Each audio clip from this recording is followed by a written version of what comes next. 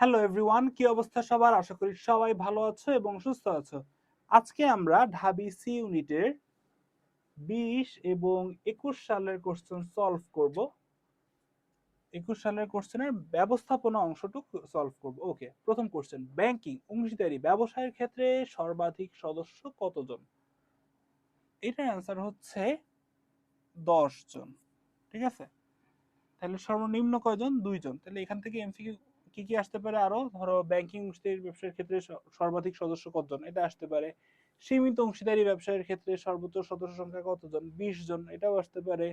সীমিত অংশীদারি ব্যবসায়ের ক্ষেত্রে সর্বোচ্চ সাধারণ অংশীদার কয়জন? 19 জন, এটা আসতে পারে। তারপর সীমিত অংশীদারি ব্যবসায়ের ক্ষেত্রে সীমিত অংশীদার সর্বোচ্চ কতজন? 3 জন, এটাও আসতে পারে। ঠিক আছে, এরকম অনেক কোশ্চেন আসতে পারে। এরপর হচ্ছে বোনাস শেয়ার ইস্যু করা হয় কাদের মধ্যে? বোনাস শেয়ার হচ্ছে আমার পূর্ববর্তী যারা শেয়ার হোল্ডার থাকে, আগে থেকেই শেয়ার হোল্ডার, তাদের আমি বোনাস, এটা টাকা না দিয়ে তাদের আরো কিছু শেয়ার দিয়ে দিলাম। ঠিক আছে, তো এটা হচ্ছে আমার বোনাস শেয়ার। তো বোনাস শেয়ার ইস্যু করা হয় কাদের? পূর্ববর্তী যারা শেয়ার হোল্ডার থাকে তাদের। এখান থেকে আরো কোশ্চেন থাকে, ধরো এটা তো হচ্ছে বোনাস শেয়ার, তো হচ্ছে তোমার পূর্ববর্তী শেয়ার হোল্ডারদের জন্য। তাহলে ধরো বিলম্বিত শেয়ার, এটা কাদের শেয়ার? এমন কোশ্চেন আসতে পারে। ওইটা কি হবে? ওইটা হবে হচ্ছে প্রবর্তক বা প্রমোটারদের শেয়ার। এরপর হচ্ছে সমবায় সমিতির অর্জিত মুনাফার শতকরা কত অংশ সংরক্ষিত তহবিলে বাধ্যতামূলকভাবে জমা করতে হয়? সংরক্ষিত তহবিলে জমা করতে হয় হচ্ছে 15%। ঠিক আছে, তারপর হচ্ছে মুনাফা সর্বোচ্চ দেওয়া যায় হচ্ছে 85%, বাট নর্মালি করা হয় হচ্ছে 62%। অন্যান্য তহবিলে করা হয় 10%। তো কোনটায় কত পার্সেন্ট করা হয় এটা মুখস্থ রাখা লাগবে। ওইটাই এখানে দেওয়া আছে। ঠিক আছে, সংরক্ষিত তহবিলে 10%, উন্নয়ন তহবিলে চাঁদা 3%, সন্দেহজনক ঋণ সংক্রান্ত তহবিল বা ঋণ তহবিলে 10%, এবং অন্যান্য উদ্দেশ্যে সর্বাধিক কত? 10%। আর লভ্যাংশ আকারে বন্টনযোগ্য সবচেয়ে বেশি করা যায় 85%, বাট নর্মালি করা হয় কতটুকু? 62%। এরপর এলটন মেয়র নাম কোন কাজের সাথে বিশেষভাবে স্মরণীয়? এইটার অ্যান্সার হচ্ছে তোমার কার্য পরিবেশ ও উৎপাদনশীলতা। তো এটা মুখস্থ রাখা ছাড়া উপায় নেই। আরো যেমন মুখস্থ রাখবে, সময় ও গতি নিরীক্ষা কি করছে? এটা করছে হচ্ছে তোমার ফ্র্যাঙ্ক গিলব্রেথ। ঠিক আছে, তো এগুলো মুখস্থ রাখা লাগবে। এরপর হচ্ছে কোনটি স্থায়ী পরিকল্পনার উদাহরণ? স্থায়ী পরিকল্পনা কোনটা? যেই পরিকল্পনা একবার করছে ওটা সবসময় চলতে থাকবে। এটা কি? এটার আনসার হবে হচ্ছে নীতি। নীতি কোনগুলো? নীতি হচ্ছে কোনো কাজ করার সাধারণ যেই প্রসেস। ঠিক আছে, যেমন ধরো ব্যবস্থাপনার 14টা নীতি দিয়ে গেছে কে? তোমার হচ্ছে হেনরি ফেল। কত সালে? সেই অনেক আগে। বাট এটা এখনো চলতেছে, কারণ কি? এটা হচ্ছে স্থায়ী পরিকল্পনা। আর যদি ধর এখান থেকে আরো কোশ্চেন আসতে পারে, কোনটি একার্থক পরিকল্পনা? একার্থক বললে কি হইতো? হইতো তখন বাজেট। ওকে, কোনটি ব্যবস্থাপনা প্রক্রিয়ার উপাদান নয়? আমরা জানি ব্যবস্থাপনা প্রক্রিয়ার উপাদান কয়টা? 7টা। কি কি? পরিকল্পনা, সংগঠন, কর্মী সংস্থান, নির্দেশনা, প্রেষণা, তারপর হচ্ছে সমন্বয়, এরপর নিয়ন্ত্রণ, অর্থাৎ 7টা। এখানে দেখো এই 7টার বাইরে কোনটা আছে? 7টার বাইরে আছে হচ্ছে সহযোগিতা। এখান থেকে আর কি কোশ্চেন আসতে পারে? ধরো এই ব্যবস্থাপনা প্রক্রিয়ার প্রথম কাজ কোনটি? এটা হচ্ছে পরিকল্পনা, দ্বিতীয় কাজ সংগঠন, শেষ কাজ নিয়ন্ত্রণ। ঠিক আছে, এরকম অনেক এমসিকিউ আসতে পারে। এরপর হচ্ছে কোন ব্যবসায়ের ক্ষেত্রে দ্রুত সিদ্ধান্ত গ্রহণ করা যায়? এটার অ্যান্সার হচ্ছে এক মালিকানা। এর কারণ? এর কারণ হচ্ছে আমি ধরো অংশীদারি ব্যবসায় যদি আমি কোনো সিদ্ধান্ত নিতে চাই, আমার অন্য অংশীদারদের সাথে ডিসকাস করে নেওয়া লাগবে। এবং যদি আমি যৌথ মূলধনী কোম্পানি অথবা সমবায়ের ক্ষেত্রে করি, ওগুলো তো আরো ফর্মাল। ঠিক আছে, তো আমার ফর্মাল প্রসিডিওর মধ্যে দিয়ে যাওয়া লাগবে, সেই ক্ষেত্রে ওইটাও ঝামেলা। বাট এক মালিকানা ব্যবসায় আমার কিচ্ছু দেখার দরকার নেই। আমার আজকে ইচ্ছা হয়েছে আমি এই কাজ করবো, আমি করবোই।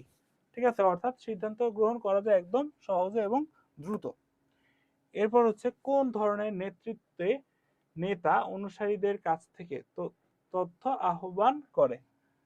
এটা হচ্ছে যারা অনুসারী বা নিম্ন জায়গায় থাকে, তারা তাদের মত প্রকাশ করতে পারে। ঠিক আছে, এটা কোনটায় পারে? এটা পারে হচ্ছে গণতান্ত্রিক, অথবা এটা আরেক নাম কি? অংশগ্রহণমূলক।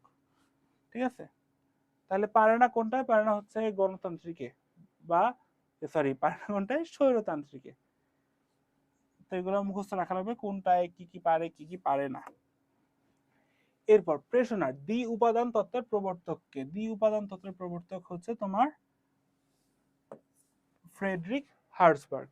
দ্বি উপাদান তত্ত্ব হচ্ছে দুইটা ভাগে ভাগ করা হয় কি কি, একটা হচ্ছে হাইজিন ফ্যাক্টর বা তোমার হচ্ছে একটা হাইজিন ফ্যাক্টর, একটা হচ্ছে মোটিভেটিং ফ্যাক্টর বা প্রেষণা, প্রেষণামূলক উপাদান। ঠিক আছে, তো এগুলো হচ্ছে আমার মানে হাইজিন ফ্যাক্টর বা রক্ষণাবেক্ষণকারী উপাদান, আর এটা হচ্ছে মোটিভেটিং অথবা প্রেরণা দানকারী উপাদান।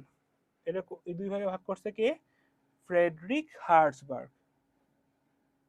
এরপর হচ্ছে নিচের কোনটি সংবিধিবদ্ধ কোম্পানি? সংবিধিবদ্ধ কোম্পানি কোনটা? যেটা হচ্ছে সংসদে বিল পাশ করে অথবা রাষ্ট্রপতির আদেশ বলে গঠিত হয়, অর্থাৎ রাষ্ট্রীয় প্রতিষ্ঠানের মতনই। ঠিক আছে, American life insurance, delta life insurance, chartered life insurance, এগুলো কি? এগুলো হচ্ছে তোমার বাহিরের বিমা কোম্পানি।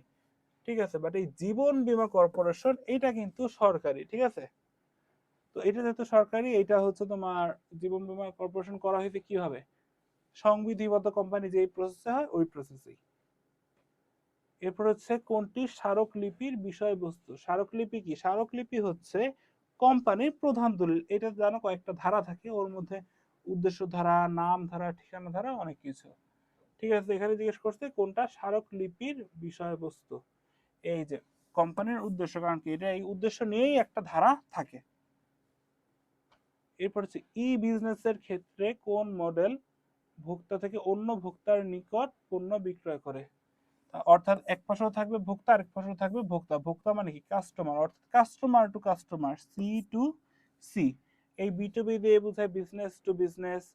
এখানে তোমার C to C, customer to customer কোনটা? এটা হচ্ছে ধরো বিক্রয়.com। এখানে কি আমি একটা বাইক কিনছি, আমার এই বাইক আমি ক্ষেত্রে কাস্টমার, বাট আমি এই বাইকে আরেকজনের কাছে সেল দিব, অর্থাৎ কাস্টমার টু কাস্টমার। এখানে কোশ্চেন আসতে পারে ধরো ব্যবসা থেকে ব্যবসায় যেটা হয়, ব্যবসা থেকে ব্যবসা কি? ধরো আমার ওই একটা ব্যবসা কাঁচামাল বেচতেছে এক ব্যবসা, আবার আরেক ব্যবসা কি ওই কাঁচামাল কিনতেছে। ঠিক আছে, সেটা কি হচ্ছে? সেটা হচ্ছে বিজনেস টু বিজনেস অথবা B to B. C to B কি? কাস্টমার বিক্রি করে কাকে? বিজনেসকে।